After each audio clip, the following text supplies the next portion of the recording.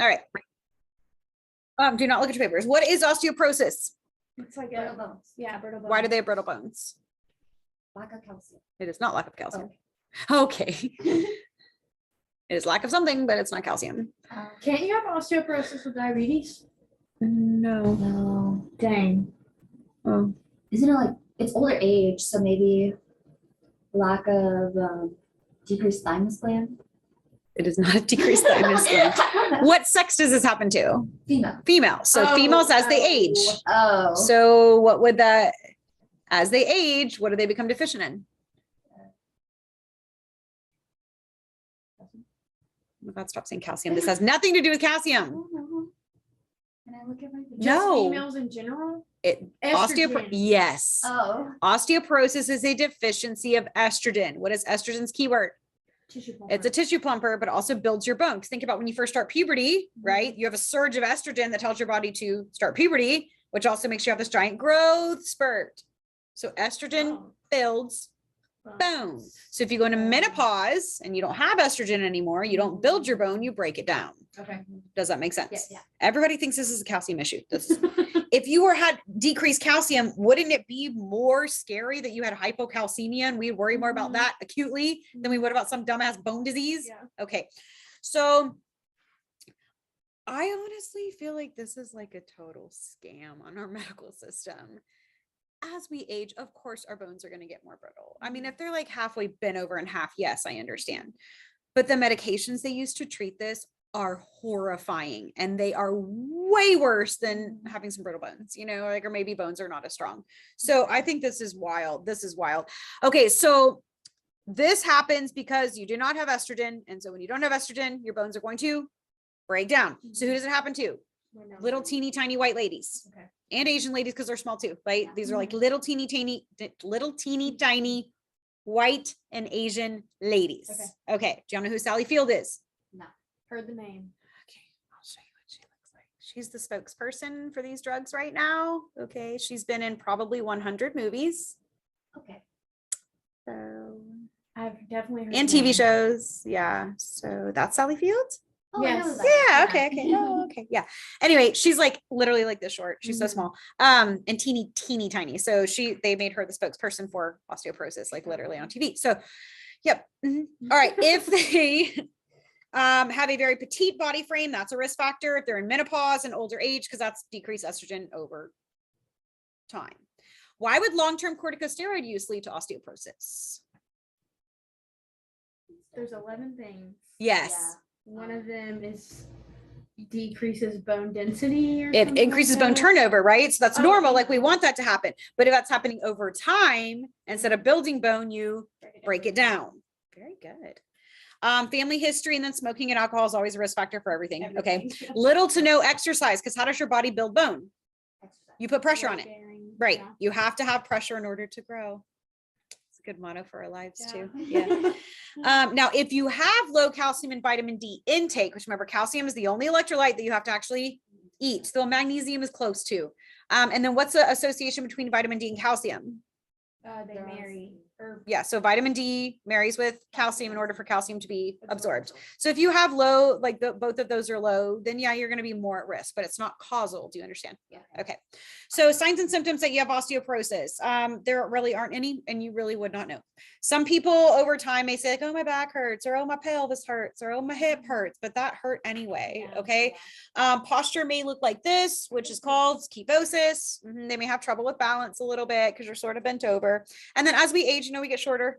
Okay. Like that just happens. Have y'all never seen like little old Italian ladies? Like they're like really yeah. small, you know what I mean? And then pathological fractures can happen. What is a pathological fracture?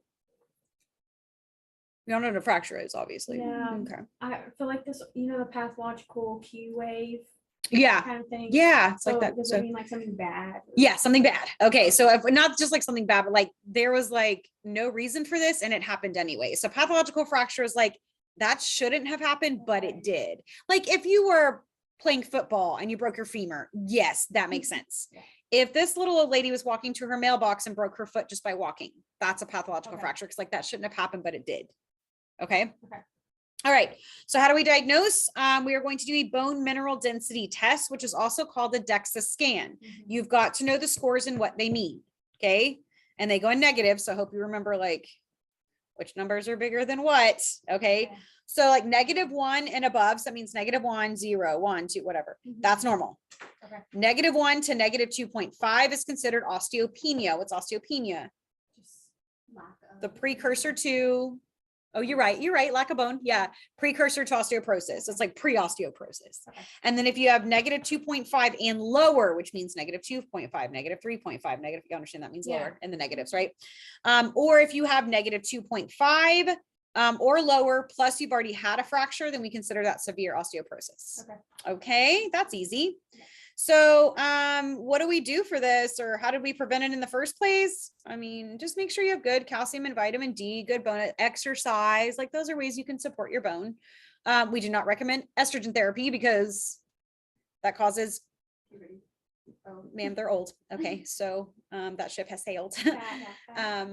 No, why do we not put people on estrogen? Why do we not put all these menopausal women having all these hot flashes on estrogen? What does estrogen cause?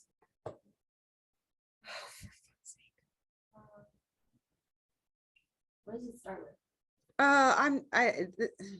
What is estrogen called? Like excess estrogen causes this disease. Osteoporosis. Excess estrogen causes this disease. Yes, Oh, breast cool. cancer. If you have Oh, too much, duh. y'all knew that, and I know that's why I Duh. was getting annoyed with you. 'Cause that's Okay, what the so- tissue pumper comes in. Yeah, so that's Okay. why I would not put like all, I mean, there's millions of women in menopause. If this was that easy as like you're deficient in estrogen, here's some estrogen, but it causes breast cancer. Okay. Remember, estrogen also clots, Yeah. right? So it is not worth it to give these patients a risk of MI and stroke and all of this just to stand up taller. Okay. You know what I mean? Okay. So anyhow, so we don't do hormone replacement therapy anymore. But you can use biphosphonates. Biphosphonates is a drug class. They all end in dronate. These are one of the worst drugs on the market. First of all, they have a 40-year half-life.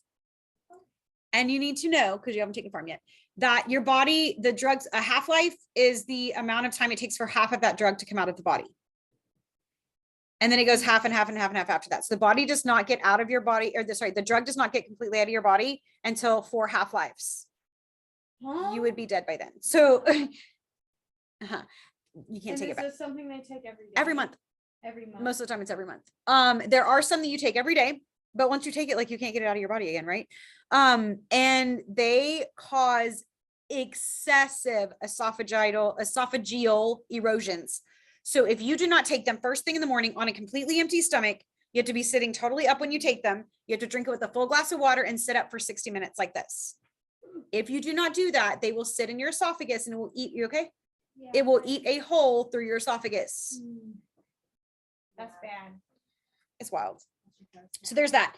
And then the other drug class we can use is called SERM. So those are selective estrogen receptor modulators.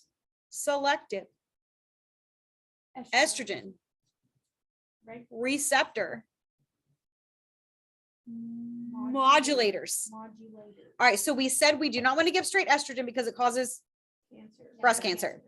But that would be just in the estrogen receptors in the breast. I don't want to give them more there, but there's estrogen all over your body, right? We produce estrogen in all different kinds of organs, right? Your ovaries and your uterus, like there's all these different places. So in SERMs, we want to increase the estrogen in the bone, but not in the boob or in the uterus, because you can also it also causes endometrial cancer, right? So we use a selective estrogen receptor modulator. So it increases the estrogen in the bones where we want it, and it doesn't increase it like in the boobs and in the endometrium, so they don't get secondary cancer. Do you understand that? Okay. And then there is calcitonin. What is calcitonin? Tones down your calcium. Why would I take that for osteoporosis? Yeah. So remember, this is not a calcium problem, so it doesn't matter. Okay, but calcitonin also creates osteoclasts. What are osteoclasts? They break down. No, they do not. Builds, right? Osteoclasts do break down. You're right. Wait. Yeah, because blast build Oh, in yeah. class. I remember. See, but I said it's something different. How did I say it before? Crash, No. crash. Nope. I just remember high school. My anatomy teacher was like class Cut is down? like I cat don't know. scratching down. Oh, that's good. That's good too. Yeah. Okay. So anyhow, back to what I was saying earlier. Okay. So calcitonin helps to make osteoblasts. Blast? Blast. Okay, not class. Wait, I don't know. Now I'm confused. Osteoblast build, right? Yeah. Yes. Okay, so it makes those. Okay. And prevents osteoclast. Okay. Okay. Yeah, that's right. That's right. That's right. That's right. That's right. Okay. Yeah. That's right. Okay. It's been a very long day. All right. This is the only time in nursing school where you're going to recommend weight bearing exercises over swimming. You're going to pick swimming 99% of the time, unless we're talking about osteoporosis, because it's the only way you can build your bone. Pressure. Right. Put pressure on it. Right. So you've got to have weight bearing exercises, actually doing something like, you can increase your vitamin D and calcium intake in your diet, and you can take the supplement. They have the supplements that come together since they're married anyway. Okay. Easy enough.